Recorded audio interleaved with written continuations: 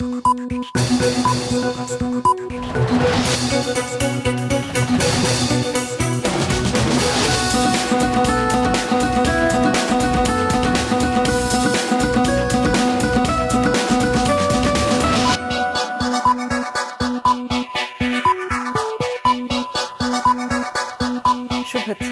স্বাগত দুপুরের মাছরাঙা সংবাদে। আপনাদের সঙ্গে আছি খালেদা আক্তার। শুরুতেই গার্ডিয়ান লাইফ ইন্স্যুরেন্স সংবাদ শিরোনাম। প্রস্তাবিত বাজেটে বড় আকাঙ্ক্ষার প্রতিফলন রয়েছে। বাস্তবায়ন বড় চ্যালেঞ্জ মত সিপিডির। ঋণ নির্ভরতা কমিয়ে বিনিয়োগ বান্ধব করার দাবি জামায়াতের। ঢাকার মগবাজারে রাত দিন হাসপাতাল ছাড়ছেন রোগীরা। সময় চেয়েছেন অনেকে। লাইসেন্স ফেরত চেয়ে রবিবার আপিল করবে কর্তৃপক্ষ। চেক প্রজাতন্ত্রকে হারিয়ে বিশ্বকাপে অবিশ্বাস্য প্রত্যাবর্তন দক্ষিণ কোরিয়ার। দক্ষিণ আফ্রিকার বিপক্ষে মেক্সিকোর জয়।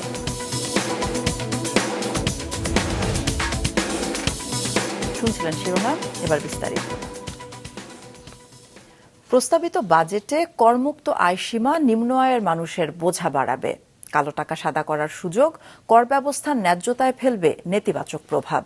দুপুরে রাজধানীতে জাতীয় বাজেট 2026-27 পর্যালোচনা অনুষ্ঠানে এসব কথা জানায় গবেষণা প্রতিষ্ঠান centre for policy dialogue CPD. বাজেটের ঘাটতি পূরণে সরকারের ঋণ, বেসরকারি বিনিয়োগকে বাধাগ্রস্ত করার ব্যাপারে সতর্ক হওয়ার তাগিদ দিয়েছে সংস্থাটি। বলা হয়, উচ্চ মূল্যস্ফীতি, অর্থনীতির প্রবৃদ্ধির ধীরগতি, ব্যক্তিখাতের দুর্বল বিনিয়োগ, রাজস্ব আর জ্বালানি সংকটের এই পরিস্থিতির মাঝে বিশাল বাজেট বাস্তবায়ন সরকারের জন্য বড় চ্যালেঞ্জ। ঘাটতি পূরণে ব্যাংক থেকে ঋণ নেওয়ার প্রবণতা বাড়লে বিনিয়োগে বাধা আসতে পারে। যথাযথ ব্যবহার নিশ্চিত করা না গেলে বিদেশি ঋণ পেতে ভোগান্তি বাড়বে।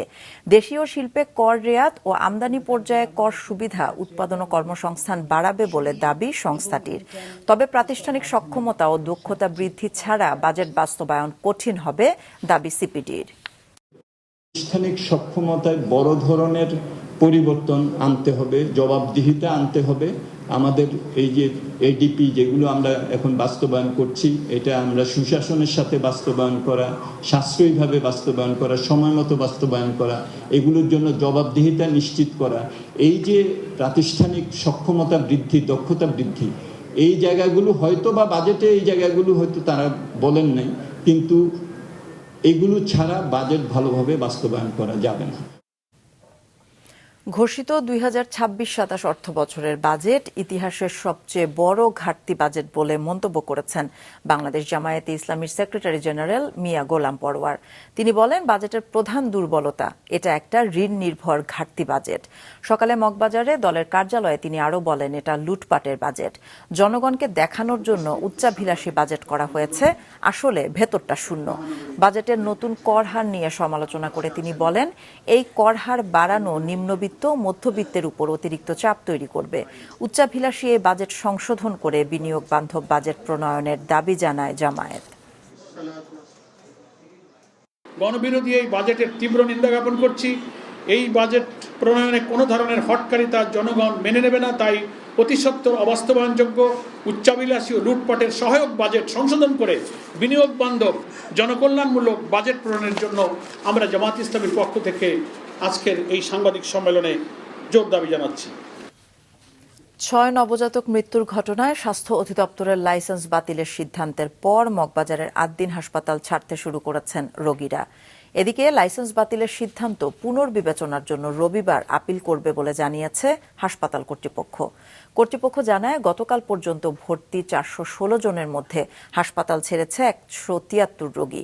এখনও চিকিৎসাধীন 243 রোগীর মধ্যে 69 জনের অবস্থা সংকটাপন্ন। এদের মধ্যে 50 জন এনআইসিইউতে, আইসিইউ ও এইচডিইউতে 13 ও 6 রোগী চিকিৎসা নিচ্ছেন সিসিইউতে। হাসপাতাল কর্তৃপক্ষ বলছেন, 72 ঘণ্টার মধ্যে সব জটিল রোগী স্থানান্তর সম্ভব নয়। লাইসেন্স বাতিলের সিদ্ধান্ত পুনর্বিবেচনার আবেদন করার কথা জানিয়ে কর্তৃপক্ষ বলেন, 6 নবজাতক যে ওয়ার্ডে মারা গেছে তা আগামী 3 মাসের মধ্যে সংশোধন করা হবে। এই জায়গায় তো আমরা ভর্তি করছি, এই জায়গায় হয়েছে আমাদের বাবু, ওই জায়গায় আছে 21 দিন ধরে, 7 মাস হয়েছে, মানে একজন ভিতরে আছে, মানে আমরা নিমুখ। এখন আমরা বিপদে যদি আমরা এনতে যদি অন্য কোথাও যাব, ওই ধরনের কোনো ইট পাইতেছি না। আমরা ঢাকা মেডিকেলে গেছি, কোনো সিট মিট কিছুই পাই না, কারণ ওর অক্সিজেন ছাড়া ও 5 মিনিট বাঁচবে না। দ্রুততর সময়ের মধ্যে রোগীদের স্থানান্তরিত করতে বলা হয়েছে, রোগীদের যেন কোনো প্রকার ক্ষতি না হয় সে বিষয়ে আমরা খেয়াল রাখছি এবং রোগীদের পাশে আমরা সবসময় ছিলাম, এখনও রোগীদের পাশে আমরা আছি। সরকারের যে সিদ্ধান্ত নিয়েছে সেই সিদ্ধান্ত পুনর্বিবেচনার জন্য নির্ধারিত সময়ের মধ্যে আমরা আপিল করব। এদিকে ফিফা বিশ্বকাপের 23তম আসরের উদ্বোধনী ম্যাচে দক্ষিণ আফ্রিকাকে 2-0 গোলে হারিয়েছে স্বাগতিক মেক্সিকো। ম্যাচের 9 মিনিটের মধ্যেই হুলিয়ান কিনিওনেসের গোলে এগিয়ে যায় মেক্সিকো।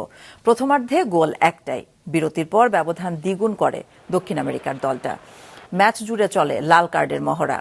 চেষ্টা করেও ম্যাচে ফিরতে পারেনি দক্ষিণ আফ্রিকা। 10 জনের প্রতিপক্ষকে আরও চেপে ধরে 67তম মিনিটে ব্যবধান দ্বিগুণ করে মেক্সিকো।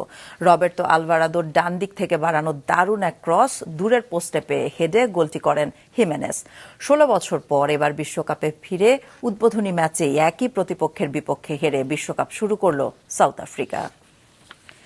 ব্রাজিল ফুটবল দলকে নিয়ে বাংলাদেশিদের উন্মাদনা দেখে মুগ্ধ দেশটি। ঢাকায় ব্রাজিলের রাষ্ট্রদূত পাউলো ফার্নান্ডো জানিয়েছেন, এই সমর্থনের কথা দেশটির মানুষও জানে। সকালে মাছরাঙা টেলিভিশনকে দেয়া সাক্ষাৎকারে রাষ্ট্রদূত বলেন, ব্রাজিলের বাইরে বাংলাদেশে সবচেয়ে বেশি মানুষের মধ্যে তাদের ফুটবল দলকে নিয়ে এমন সমর্থন দেখা যাচ্ছে। খেলাকে কেন্দ্র করে বাংলাদেশি ফুটবল দর্শকদের অনাকাঙ্ক্ষিত ঘটনায় না জড়ানোর আহ্বান জানান তিনি। বাংলাদেশের সঙ্গে ব্রাজিল দ্বিপাক্ষিক বাণিজ্য আরও বাড়াতে আগ্রহী বলেও জানান রাষ্ট্রদূত। বলেন, খেলার বাইরে দুই দেশের মধ্যে সংস্কৃতি, বাণিজ্য ও বিনিয়োগ ক্ষেত্রে সহযোগিতা আরও বাড়ানোর সুযোগ রয়েছে। I've seen in Brazil the children, they cry, so they get mad, so they get desperate. Sometimes like the end of the world, but the adults sometimes are more refrained. But here in Bangladesh, no.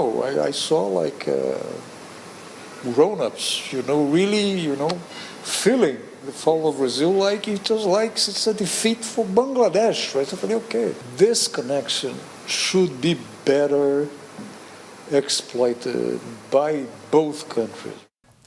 কুষ্টিয়ার প্রাকপুর সীমান্ত দিয়ে 12 জনকে পুশিনের চেষ্টা করেছে ভারতীয় সীমান্তরক্ষী বাহিনী BSF. BGB ও স্থানীয়দের বাধায় পণ্ড হয় সে চেষ্টা।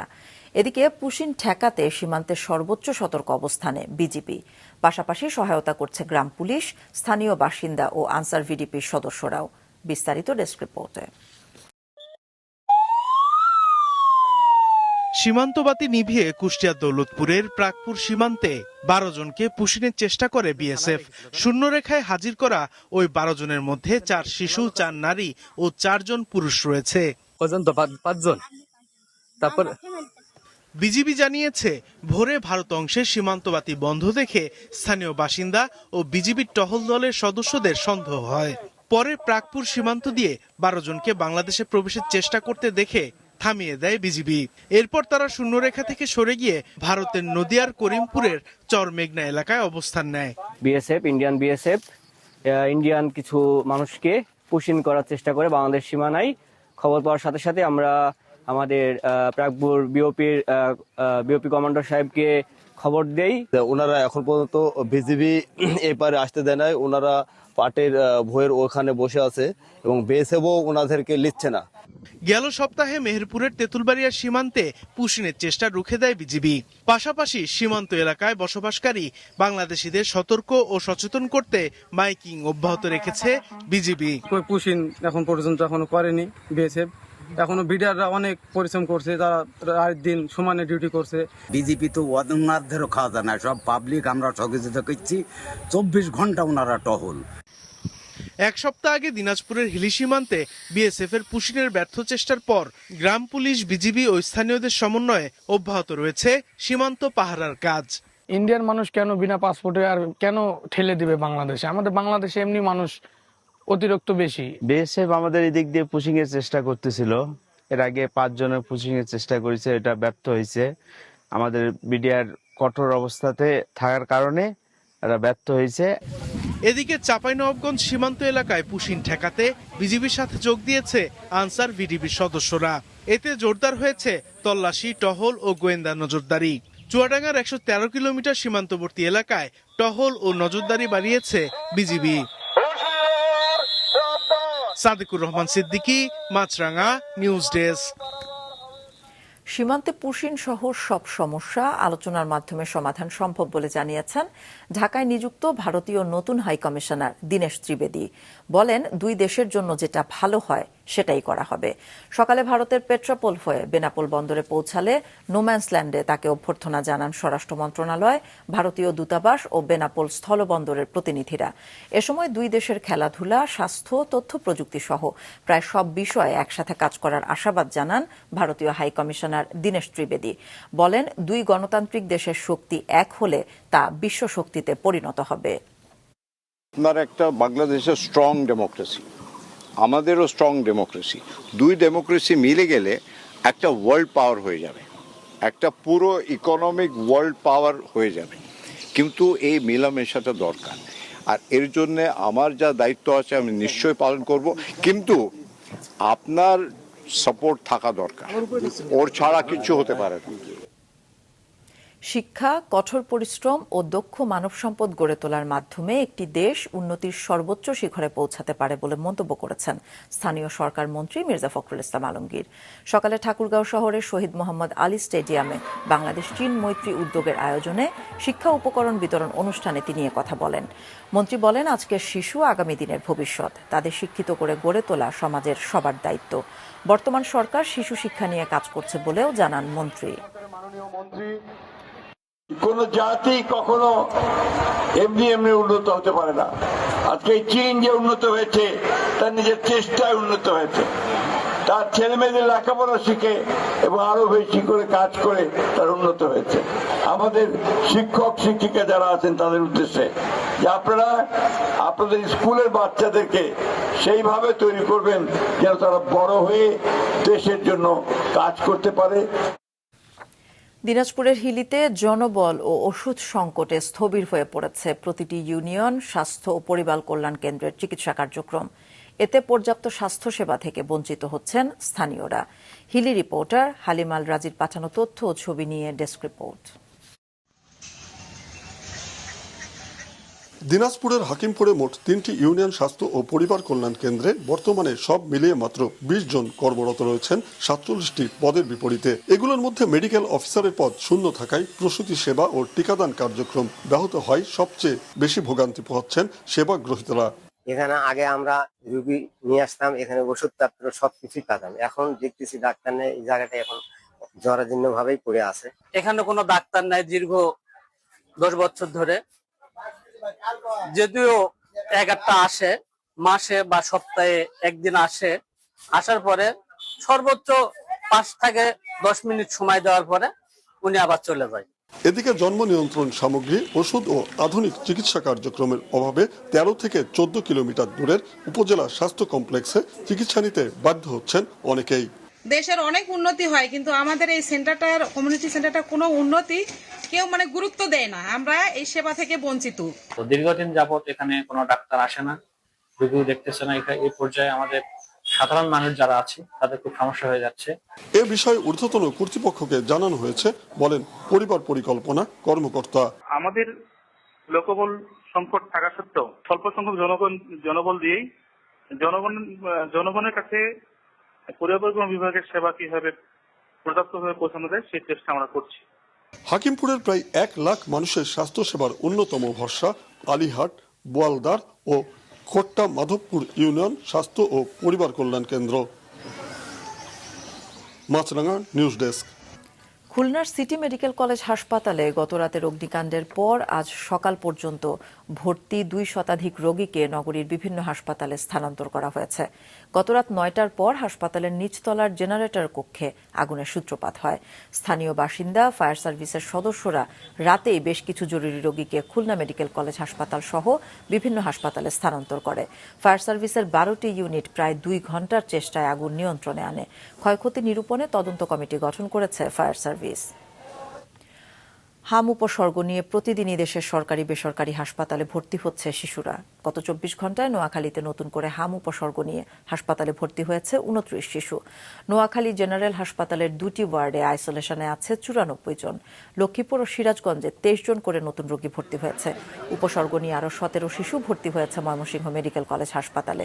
আইসোলেশন ওয়ার্ডে চিকিৎসাধীন 82 জন।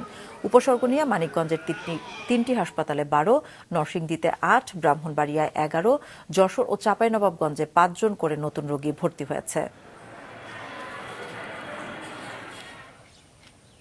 আন্তর্জাতিক যুদ্ধ বন্ধে চুক্তি অনুমোদনের কথা জানিয়ে ইরানে হামলা বাতিলের ঘোষণা দিয়েছেন যুক্তরাষ্ট্রের প্রেসিডেন্ট ডোনাল্ড ট্রাম্প। বৃহস্পতিবার হোয়াইট হাউসে সাংবাদিকদের ট্রাম্প আরও জানান, সপ্তাহ শেষে ইউরোপের কোথাও যুক্তরাষ্ট্রের সঙ্গে ইরানের এই চুক্তি সই হতে পারে। যুক্তরাষ্ট্রের পক্ষে সেখানে থাকবেন দেশটির ভাইস প্রেসিডেন্ট জেডি ভ্যান্স। ইরানের সঙ্গে চুক্তি সইয়ের পরই হরমুজ প্রণালী খুলে দেয়া হবে বলেও জানান তিনি। এদিকে চুক্তি নিয়ে এখনো কিছুই চূড়ান্ত হয়নি বলে জানিয়েছেন ইরানের পররাষ্ট্র মন্ত্রণালয়ের মুখপাত্র ইসমাইল বাঘাই। বিশ্বের প্রথম ট্রিলিয়নিয়ার হওয়ার মাইলফলক স্পর্শ করলেন শীর্ষ ধনকুবের ইলন মাস্ক। মার্কিন মহাকাশ গবেষণা ও প্রযুক্তি প্রতিষ্ঠান স্পেস এক্স প্রতি শেয়ার $135 দরে বিক্রি করে রেকর্ড $75 বিলিয়ন সংগ্রহ করেছে, যা ইতিহাসের সবচেয়ে বড় আইপিও। স্পেস এক্সের আইপিওতে আসা বিপুল এই বিনিয়োগ কোম্পানিটির প্রতি বিনিয়োগকারীদের আস্থার প্রতিফলন হিসেবে দেখা হচ্ছে। ব্লুমবার্গ ও ফোর্বসের তালিকা অনুযায়ী মাস্ক আগে থেকেই বিশ্বের সবচেয়ে ধনী ব্যক্তি ছিলেন, তবে স্পেস এক্সের আইপিও তাকে ট্রিলিয়নিয়ারের মর্যাদায় নিয়েছে। দুপুরে সংবাদ শেষ করার আগে গার্ডিয়ান লাইফ ইন্স্যুরেন্স সংবাদ শিরোনামগুলো আরও একবার। প্রস্তাবিত বাজেটে বড় আকাঙ্ক্ষার প্রতিফলন রয়েছে, বাস্তবায়ন বড় চ্যালেঞ্জ, মত সিপিডির। ঋণ নির্ভরতা কমিয়ে বিনিয়োগ বান্ধব করার দাবি জামায়াতের। ঢাকার মগবাজারের আদ্দিন হাসপাতাল ছাড়ছেন রোগীরা, সময় চেয়েছেন অনেকে। লাইসেন্স ফেরত চেয়ে রবিবার আপিল করবে কর্তৃপক্ষ। চেক প্রজাতন্ত্রকে হারিয়ে বিশ্বকাপে অবিশ্বাস্য প্রত্যাবর্তন দক্ষিণ কোরিয়ার। দক্ষিণ আফ্রিকার বিপক্ষে মেক্সিকোর জয়। দর্শক, এই ছিল এখনকার মতো। ফেসবুকে আপডেট পেতে ভিজিট করুন মাছরাঙা টেলিভিশনের পেজে। ইউটিউব চ্যানেলেও যে কোনো সময় দেখতে পারেন আমাদের সংবাদ, প্রতিবেদন ও অনুষ্ঠান। আমাদের পরবর্তী সংবাদ বিকেল 5টায় দেখার আমন্ত্রণ রইল।